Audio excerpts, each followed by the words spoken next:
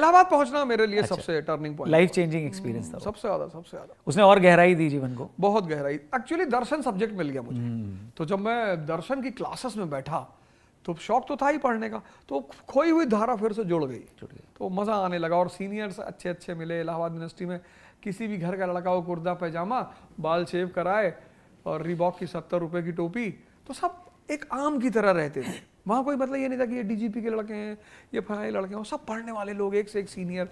कोई मिल गया रास्ते में, पूछा था और बताओ आर्टिफिशियल इंटेलिजेंस क्या है। अब जो लड़का नहीं बताया, 2-3 हाथ मार दिए चटाक से। तो तब माहौल बड़ा प्यारा था, बस सीनियरों के अगल बगल रह के ही आदमी पीसीएस तो क्वालिफाई ही कर लेता था। तो वो एटमॉस्फेयर जो मिला वो बड़ा लाइफ चेंजिंग एटमॉस्फेयर हुआ। अब बदल गए, अब क्या देखते हैं आप?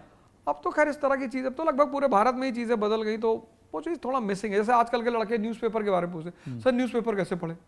अरे भैया 4th पिलर है प्रेस डेमोक्रेसी का। शायद ही किसी लड़के को बजट के बारे में पता हो। अब आपने अपने नौकर को 100 रुपया दिया, कहा जाओ सामान ले आओ, फिर हिसाब नहीं लिया, तो पैसा तो मारेगा ही ना।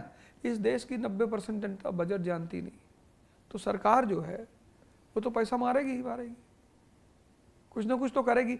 डेमोक्रेसी सफल करने के लिए इस देश के लोगों को ईमानदारी से न्यूज़पेपर पढ़ना पड़ेगा। कम से कम सब नहीं पढ़ सकते तो एक पढ़ के डिस्कस करें। जैसे पहले हमारे पिता उता जी के टाइम पे लोग 7 बजे चाय की टपरी पे पहुंच जाते थे, या ऑफिस में एक आदमी न्यूज़पेपर डिस्कशन करते थे आपस में। वो सब चीज़ें गायब हो गई, अब है ही नहीं।